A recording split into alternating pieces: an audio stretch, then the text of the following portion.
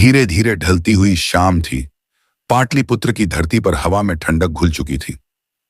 राजमहल के प्रांगण में दीपक टिमटिमा रहे थे और उस रोशनी के बीच खड़ा था एक व्यक्ति, चंद्रगुप्त। उसकी आंखों में अपराध बोध था, चेहरा थकान से झुका हुआ, कपड़ों पर धूल जमी थी और मन में एक ही सवाल गूंज रहा था, क्या मैं गलत था? उसके कदम धीरे धीरे गुरु आचार्य चाणक्य के कक्ष की ओर बढ़े। कक्ष के भीतर सुगंधित धूप की महक फैली हुई थी। दीवारों पर लटके दीपक अपनी लौ से ज्ञान का प्रतीक बन रहे थे। वहीं बीच में शांत मुद्रा में बैठे थे चाणक्य। उनकी आंखें बंद थीं, पर उनका मन सब कुछ देख रहा था, जैसे उन्हें पहले से पता था कि उनका शिष्य दुख लेकर आने वाला है। चंद्रगुप्त ने धीरे से कहा, गुरुदेव, मुझे क्षमा करें, मुझसे एक भूल हो गई। आचार्य ने नेत्र खोले, एक नजर में सब समझ लिया। कहो पुत्र, क्या बात है? चंद्रगुप्त ने कांपती आवाज में कहा, मैंने एक व्यक्ति की मदद की थी। वह भूखा था, परेशान था। मैंने उसे भोजन दिया, धन दिया और अपने घर में जगह दी, पर कुछ ही दिनों बाद उसने मेरी सारी जमा पूंजी चुराकर भाग गया। कुछ पल मौन रहा। दीपक की लौ हिली और चाणक्य ने कहा, और अब तुम यह सोच रहे हो कि क्या किसी की मदद करना पाप है? चंद्रगुप्त की आंखें भर आईं। हाँ गुरुदेव, मैं समझ नहीं पा रहा। मैंने भलाई की, फिर मेरे साथ बुराई क्यों हुई? चाणक्य ने गहरी सांस ली। उनकी आवाज में अनुभव की गंभीरता थी। पुत्र, करुणा मनुष्य का सबसे बड़ा गुण है, लेकिन जब करुणा विवेक से अलग हो जाए तो वही विनाश का कारण बनती है। उन्होंने धीरे से कहा, हर व्यक्ति सहायता का पात्र नहीं होता। जिस तरह विष से भरे पात्र में अमृत डालने से वह विष नहीं मिटता, उसी तरह गलत व्यक्ति की मदद तुम्हारे लिए विष बन जाती है। चंद्रगुप्त ने चुपचाप सिर झुका लिया। उसकी आत्मा में तूफान उठ रहा था। वह अपने गुरु की ओर देखकर बोला, गुरुदेव, कृपया मुझे बताइए, वे कौन लोग हैं जिनकी मदद करने से हमें बचना चाहिए? चाणक्य ने मुस्कुराकर कहा, पुत्र, आज मैं तुम्हें बताऊंगा 3 प्रकार के लोग ऐसे होते हैं जिनकी सहायता करना अपने ही पैरों पर कुल्हाड़ी मारने जैसा है। कक्ष में गहरा सन्नाटा छा गया। दीपक की लौ स्थिर हो गई। आचार्य ने अपनी दृष्टि क्षितिज की ओर उठाई और कहा, पहला व्यक्ति दुष्ट स्वभाव वाला। उनकी आवाज तलवार जैसी तेज थी। जिसका स्वभाव ही बुरा हो, उसकी मदद करना सांप को दूध पिलाने जैसा है। वह कभी कृतज्ञ नहीं होगा, बल्कि तुम्हारी भलाई का लाभ उठाकर तुम्हें ही डसेगा। वे कुछ पल रुके, फिर बोले, पुत्र, इस संसार में ऐसे लोग हैं जो दूसरों को दुख देकर आनंद पाते हैं। वे दूसरों की हानि में ही अपनी विजय देखते हैं। उनकी सहायता करना ऐसा है जैसे तूफान में दिया जलाने की कोशिश करना। आचार्य ने अपनी दाढ़ी पर हाथ फेरते हुए कहा, मैं तुम्हें एक कहानी सुनाता हूं। कभी एक साधु नदी किनारे ध्यान में लीन था। शांत जल, ठंडी हवा और चिड़ियों की अच्छी आवाज, सब कुछ पवित्र लग रहा था। तभी साधु ने देखा एक बिच्छू पानी में गिरकर डूब रहा है। साधु का हृदय दया से भर गया। उन्होंने झुककर बिच्छू को निकालने की कोशिश की, लेकिन जैसे ही उंगली आगे बढ़ाई, बिच्छू ने डंक मार दिया। साधु का हाथ कांप उठा, दर्द से चेहरा सिकुड़ गया। फिर भी उन्होंने दूसरी बार कोशिश की। इस बार भी वही हुआ। पास खड़े एक व्यक्ति ने कहा, महाराज, यह आपको बार बार डंक मार रहा है, आप फिर भी क्यों इसे बचा रहे हैं? साधु ने शांत स्वर में कहा, डंक मारना इसका स्वभाव है और बचाना मेरा। वह व्यक्ति सिर हिलाकर चला गया, पर उसी क्षण दूर खड़े चाणक्य बोले, यह साधु करुणामय है, पर मूर्ख भी। चंद्रगुप्त ने हैरानी से पूछा, गुरुदेव, मूर्ख क्यों? चाणक्य ने कहा, क्योंकि उसने अपने विवेक को दया के आगे झुका दिया। दुष्ट का स्वभाव कभी नहीं बदलता। जिसे बचाओगे वही कल किसी और को डंक मारेगा, और यदि तुम ऐसे व्यक्ति को बचाते हो तो उसके हर अगले अपराध का हिस्सा तुम भी बन जाते हो। उन्होंने आगे कहा, पुत्र, याद रखो, दुष्ट को सहायता देना उसके पापों को बढ़ावा देना है, और यह किसी पुण्य से कम पाप नहीं। चंद्रगुप्त चुप था। उसकी आंखों के सामने वो व्यक्ति घूम गया जिसे उसने मदद की थी। उसे अब समझ आ रहा था कि उसकी करुणा ही उसकी गलती थी। आचार्य ने कहा, इतिहास ऐसे उदाहरणों से भरा पड़ा है उन्होंने अपना हाथ उठाया और कहा, एक बार मगध के सेनापति ने अपने शत्रु को क्षमा किया था। उसे भोजन दिया, आश्रय दिया और जीवन दान दिया। लेकिन वही शत्रु जब ताकतवर हुआ तो उसी सेनापति की सेना पर हमला कर दिया। दुष्ट व्यक्ति के हृदय में कभी आभार नहीं उपजता, वह केवल अवसर देखता है। उन्होंने गहरी दृष्टि से चंद्रगुप्त की ओर देखा। पुत्र, यह समझ लो, सांप को दूध पिलाने वाला कभी सुरक्षित नहीं रह सकता। आचार्य के शब्द हवा में तैरते रहे। चंद्रगुप्त की आत्मा पर जैसे कोई स्याही गिर गई थी। वह पहली बार समझ पाया कि दया भी यदि विवेक के बिना हो तो वह पाप से कम नहीं। आचार्य ने धीरे से कहा, अब तुम समझो पुत्र, यह पहला प्रकार है, दुष्ट स्वभाव वाले लोग, जो दूसरों के सुख में दुखी और दूसरों के दुख में प्रसन्न होते हैं। इनकी मदद करने वाला व्यक्ति अपने ही पतन का रास्ता बनाता है। उन्होंने दीपक की ओर देखा। यह लौ तभी तक जलती है जब तक घी सही पात्र में हो। अगर वही घी पानी में डालो, लौ बुझ जाती है। उसी तरह पुण्य कर्म भी गलत जगह करने से व्यर्थ हो जाते हैं। चंद्रगुप्त के मन में हलचल थी। वह बोला, गुरुदेव, मैं समझ गया। दुष्ट व्यक्ति की मदद करना अपने ही विनाश का कारण बनता है। चाणक्य मुस्कुराए। अच्छा है पुत्र, पर अभी यह ज्ञान अधूरा है। अभी दो और प्रकार के लोग हैं जिनसे सावधान रहना। उन्होंने धीरे से कहा, अगला व्यक्ति लालची और एहसान फरामोश होता है। उसकी कहानी भी उतनी ही खतरनाक है जितनी दुष्ट की। चंद्रगुप्त ने उत्सुकता से कहा, गुरुदेव, मैं सुनने के लिए तैयार हूं। आचार्य ने दीपक बुझाया और कहा, तो सुनो। अगले सबक की शुरुआत अंधेरे से होती है। कक्ष में अंधेरा फैल चुका था।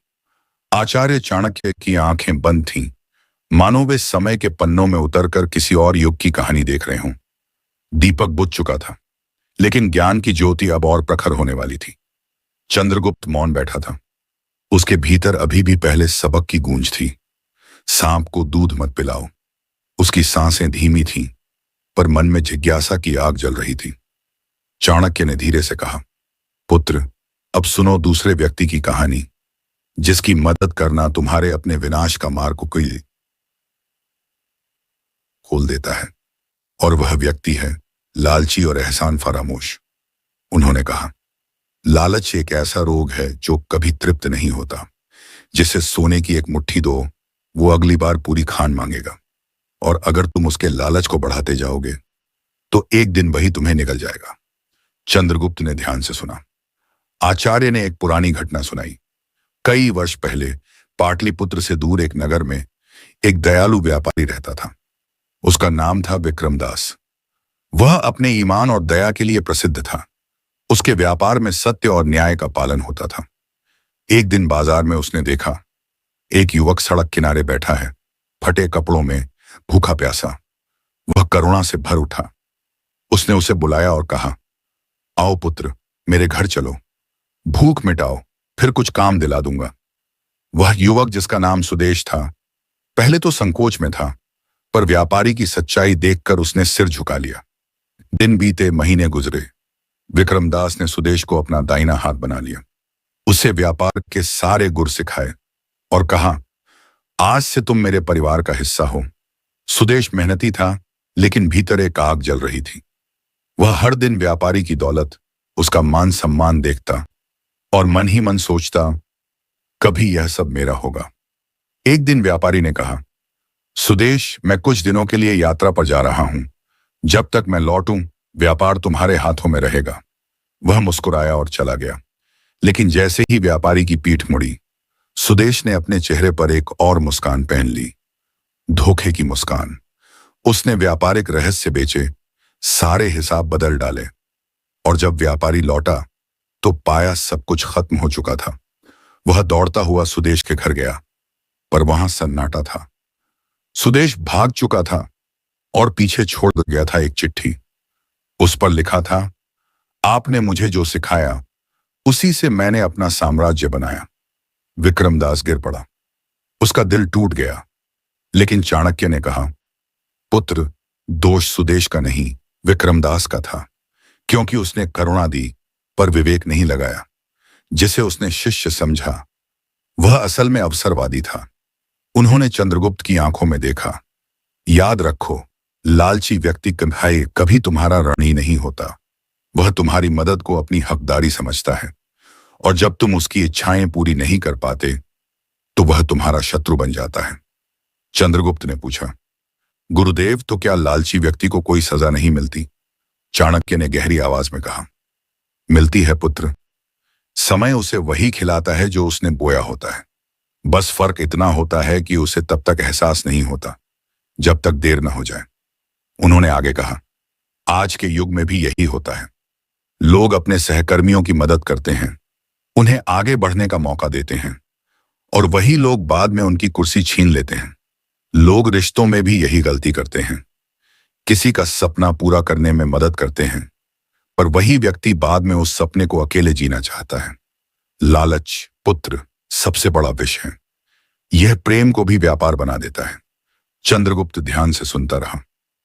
चाणक्य की आवाज गूंज रही थी, लालच उस अग्नि की तरह है जो पहले हाथ को गर्म करती है, फिर उसी को जला देती है। उन्होंने एक और उदाहरण दिया। मौर्य साम्राज्य के शुरुआती वर्षों में एक सैनिक था। मैंने उसे एक अवसर दिया था क्योंकि वह निर्धन था और ईमानदार दिखता था। पर जैसे जैसे वह ऊंचाई पर गया, उसका लालच बढ़ता गया। वह सोचने लगा कि राज सिंहासन भी एक दिन उसका होगा। और एक रात उसने अपने ही साथियों के खिलाफ षड्यंत्र किया, पर जैसे ही भोर हुई, वह षड्यंत्र उसी के खिलाफ पलट गया, क्योंकि लालच हमेशा अपने पालक को निगलता है। आचार्य की आंखों में आग थी। उन्होंने कहा, पुत्र, यह जान लो, जो व्यक्ति तुम्हारी मदद का सम्मान नहीं करता, वह तुम्हें तब तक साथ रखेगा जब तक तुम उसके लिए उपयोगी हो। जिस दिन तुम उसके काम के नहीं रहोगे, वह तुम्हें त्याग देगा जैसे पेड़ अपने सूखे पत्तों को गिराता है। उन्होंने एक पत्थर उठाया और कहा, यह पत्थर तब तक किसी के काम आता है जब तक वह रास्ते में नहीं आता। एक बार किसी के पैरों के नीचे आ जाए तो उसे लात मार दी जाती है। ऐसे ही लालची व्यक्ति का स्वभाव होता है। चंद्रगुप्त ने सिर झुकाकर कहा, गुरुदेव, अब मैं समझ गया। कभी भी उस व्यक्ति की मदद नहीं करनी चाहिए जिसका दिल लालच से भरा हो, क्योंकि वह तुम्हारी दया को अवसर समझेगा। चाणक्य मुस्कुराए, शाबाश पुत्र, अब तुम ज्ञान के दूसरे चरण को समझ चुके हो। पर अभी एक अंतिम सबक बाकी है। उस व्यक्ति का जो दिखने में निर्दोष लगता है, पर उसकी संगत धीरे धीरे तुम्हारी आत्मा को खोखला कर देती है। उन्होंने कहा, यह तीसरा व्यक्ति है, वह जो हमेशा शिकायत करता है, हमेशा दुखी रहता है और दूसरों की खुशी को सहन नहीं कर पाता। चंद्रगुप्त ने कहा, गुरुदेव, ऐसा व्यक्ति तो सिर्फ दुखी है, वह नुकसान कैसे पहुंचा सकता है? चाणक्य ने कहा, यही तो सबसे खतरनाक होता है पुत्र, जो तुम्हें चोट नहीं पहुंचाता पर तुम्हारे भीतर की शांति को मार देता है। और यहीं से शुरू होती है तीसरी कहानी, जिसे चाणक्य ने नाम दिया, शिकायत का श्राप। रात अब गहराने लगी थी। आकाश में तारे शांत थे, जैसे खुद सुन रहे हों आचार्य चाणक्य की अगली वाणी। चंद्रगुप्त के चेहरे पर एक गंभीरता थी। 2 सबक उसने सीख लिए थे। पहला, विषैला व्यक्ति को कभी न छूना। दूसरा, लालची व्यक्ति को कभी न पालना। पर तीसरा कौन था? चाणक्य ने धीरे से कहा, पुत्र, यह तीसरा व्यक्ति सबसे खतरनाक है, क्योंकि वह तुम्हें मारता नहीं, बल्कि तुम्हें धीरे धीरे जीने से रोक देता है। उन्होंने अपनी दृष्टि अक्षय आकाश की ओर उठाई और बोले, यह व्यक्ति है शिकायत करने वाला, जो हमेशा दूसरों को दोष देता है पर कभी खुद को नहीं देखता। चाणक्य ने बताया, कई वर्ष पहले मेरे गुरुकुल में एक शिष्य था, अर्जुन सेन।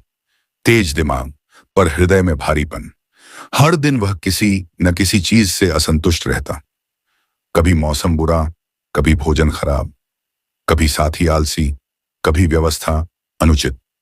वह सोचता था कि पूरा संसार उसके खिलाफ है। जब भी कोई सफलता पाता, वह कहता, उसे अवसर मिला, मुझे नहीं। जब कोई विफल होता, वह कहता, देखो, मैं सही था। धीरे धीरे उसकी शिकायतें उसकी शक्ति बन गईं, और फिर उसी शक्ति ने उसे नष्ट कर दिया, क्योंकि शिकायत आत्मा की जड़ में छिपा हुआ जहर है। यह तुम्हें दूसरों से नहीं, खुद से दूर कर देता है। चंद्रगुप्त ने पूछा, गुरुदेव, लेकिन ऐसे लोग तो बस दुखी होते हैं, वो किसी को नुकसान नहीं पहुंचाते। चाणक्य मुस्कुराए, पुत्र, बहुई कहानी वही तो भ्रम है। शिकायत करने वाला व्यक्ति स्वयं को पीड़ित समझता है, पर धीरे धीरे वह दूसरों की ऊर्जा खींच लेता है। वह तुम्हारे मन में संदेह बोता है, तुम्हारी मेहनत को व्यर्थ बताता है और एक दिन तुम्हें भी वैसा ही बना देता है जैसा वह है। उन्होंने कहा, शिकायत का असर धीरे धीरे होता है। जैसे विष की बूंद रोज रोज पी जाओ तो एक दिन हृदय खुद ही मर जाता है। फिर उन्होंने एक उदाहरण सुनाया। एक बार एक साधक था जो ध्यान करता था। वह वर्षों तक शांत और प्रसन्न रहता। एक दिन उसके पास एक व्यक्ति आया जो हमेशा अपने जीवन से असंतुष्ट था। वह बोला, संसार अन्याय से भरा है, कोई ईमानदार नहीं, नहीं, सब छलपूर्ण है।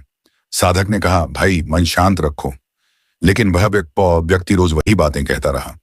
धीरे धीरे साधक भी उसके शब्दों पर विचार करने लगा। वह सोचने लगा, क्या सच में संसार ऐसा ही है? दिन बीते और साधक का मन अब शांति खो बैठा। वह वही बातें दोहराने लगा जो उसने सुनी थी। धीरे धीरे उसका ध्यान छूट गया, उसकी आत्मा मलिन हो गई। और तब ज्ञानीजन ने कहा, जैसे रोगी के पास बैठने वाला भी बीमार हो जाता है, वैसे ही शिकायत करने वाले के साथ रहने वाला भी दुखी हो जाता है। चंद्रगुप्त चुप रहा।